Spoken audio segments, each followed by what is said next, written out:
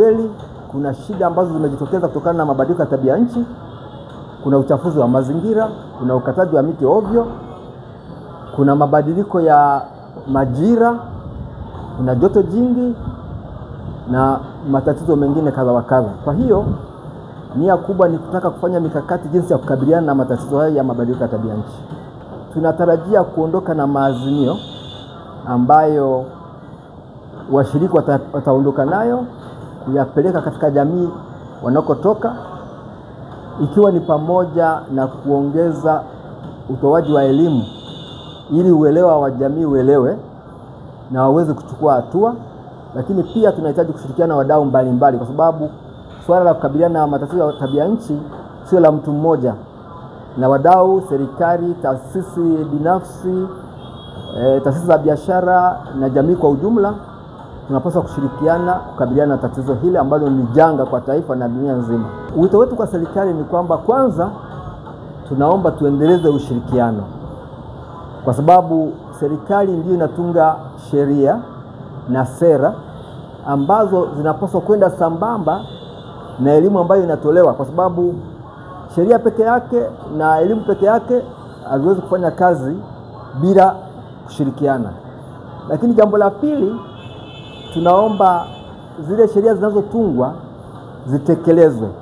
Mara nyingi tunakuta kwamba sheria ziko vitabuni, matatizo yanaendelea kutokea maeneo mbalimbali ya uchafuzi wa mazingira au uharibifu wa mazingira bila wale wahusika kuchukuliwa hatua. Kwa hiyo tunaomba vile vyombo ambavyo vinahusika katika kuchukua hatua za kisheria basi vifanye hivyo. Na njia za asili za kupambana na athari za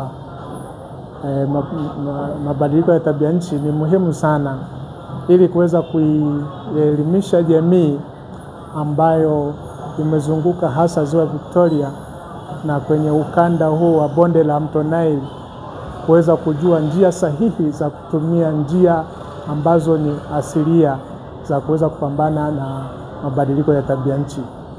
Hakika sasa nafikiri ni fursa moja nzuri sana kwa hawa washiriki wa hii semina ambayo imefanyika leo kuweza kuwaelimisha jamii, lakini pia na kupeleka ujumbe kwa watunga sera, serikali, kuweza kuona ni jinsi gani wanaweza wakaainisha sera ambazo zinaendana na njia sahihi za jamii kukabiliana na majanga yanatokana na mabadiliko ya tabia nchi kwa kutumia njia asilia katika mapambano haya.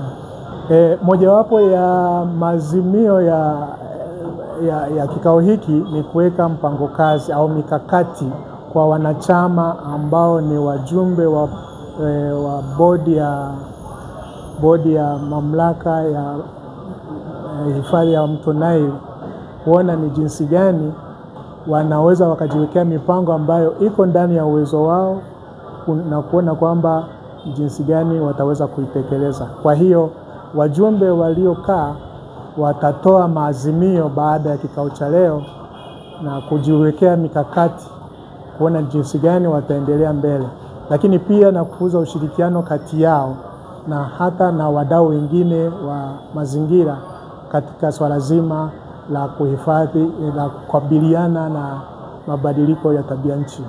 Katika semina hii nimeiona ni semina muhimu sana, kwa sababu wadau wa mazingira tumekutana, na kikubwa zaidi nimefurahi kwamba tumeanza kuongea mara kwa mara mabadiliko ya tabia ya nchi na njia asili ya kudhibiti athari za tabia ya nchi.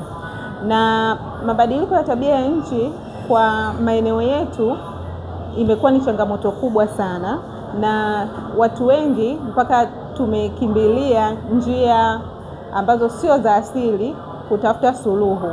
Lakini kwa upande wa mikono yetu tumejikita hasa kuwaelimisha wananchi kupanda miti. Kwa sasa tumefanya Kaumulo, Sengerema na Buswelu wilaya ya Ilemela. Na baada ya kuingia kwenye semina hii nimefurahi kwamba kuna wadau wengi wanafanya hizi jitihada na ninaamini tutafika mbali. Tutaongeza nguvu zaidi kwa sababu tumeanza kwa udogo kufanya kilimo hai Sengerema na tumeona matokeo makubwa.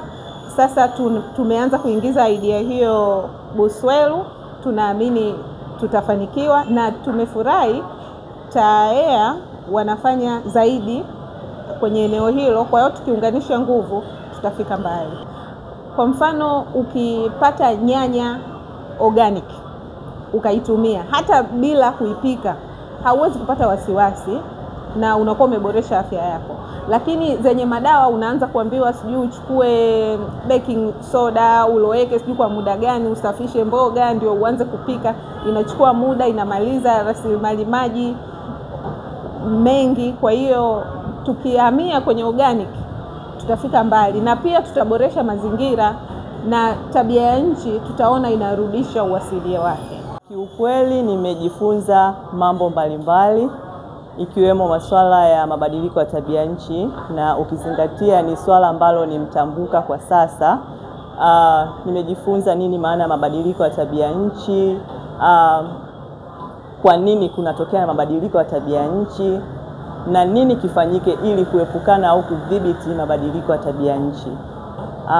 Lakini pia nimejifunza kuhusiana na mbinu asilia za kuweza kuepukana na mabadiliko ya tabia nchi.